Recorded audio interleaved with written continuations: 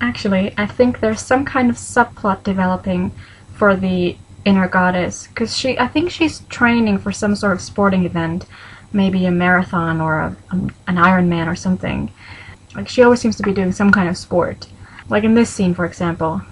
My inner goddess is limbering up in the background, doing her floor exercises, a great fat smile on her face. This is still the same scene. Anna and Christian are playing pool. Well, they start out playing pool, they end up doing something completely different, but still on the same table. And her inner goddess she's just doing something completely different. So after limbering up and doing her floor exercises, I flush and my inner goddess grabs a rose between her teeth and starts to tango. Now, does she tango by herself, or does she just dance with the subconscious, maybe? Well, that must be so distracting to have someone dance tango in your mind while you're trying to play pool. No wonder she loses.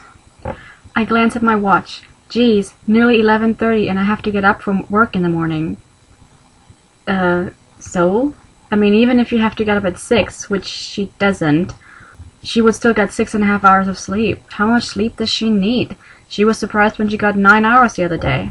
This is an example for the kind of shit that Anna puts Christian through, because she's quite mercurial herself.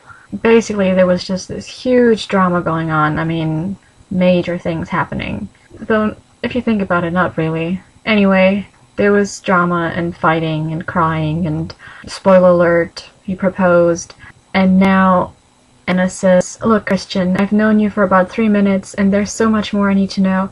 I've had too much to drink, I'm hungry, I'm tired, and I want to go to bed." So the important thing to note here is that she said she's hungry, because it's his obsession to feed her. Like, he's really, really obsessed with food. On the next page, it finally registers with him what she just said, and he says, "You're hungry?" "Yes." So again, she says she's hungry. And then the next page, not even the next page, because on the screen the pages are smaller, so it's probably on the same page. He leads me to the kitchen area and ushers me toward a bar stool as he heads to the fridge. I glance at my watch. Geez, nearly 11:30. And I have to get up for work in the morning. Christian, I'm really not hungry. What? You just told him you're hungry. He was so happy. Don't toy with his emotions. He just told you that he's a sadist, though why exactly you're surprised, I don't know. So don't torture him.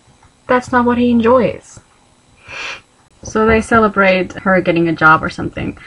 Yeah, the Mile High Club is on the 76th floor of Columbia Tower, higher even than Christian's apartment. It's very now and has the most head-spinning views over Seattle. Blah, blah, blah, blah. And then he tells her to go take her underwear off, which is, something she does in public. For some reason, she's still kind of surprised, and she's like, "Whoa, what?" I blink up at him. He's not smiling, he's dead serious. Every muscle below my waistline tightens. I hand him my glass of champagne, turn sharply on my heel, and head for the restroom. Shit, what's he going to do? Perhaps this club is aptly named. It is aptly named, yes. It's called the Mile High Club because it's on the 76th floor of a skyscraper. That's why it's called the Mile High Club, I would think. Not because people take their underwear off. And for those of you who were wondering what her inner goddess is doing, while she's pantyless, my inner goddess is draped in a pink feather boa and diamonds, strutting her stuff in fuck me shoes. So she not only has like her own activities, she also has her own wardrobe. Just her way of describing things. I revel in the exquisite feeling of his possession as my body blooms and flowers around him. What?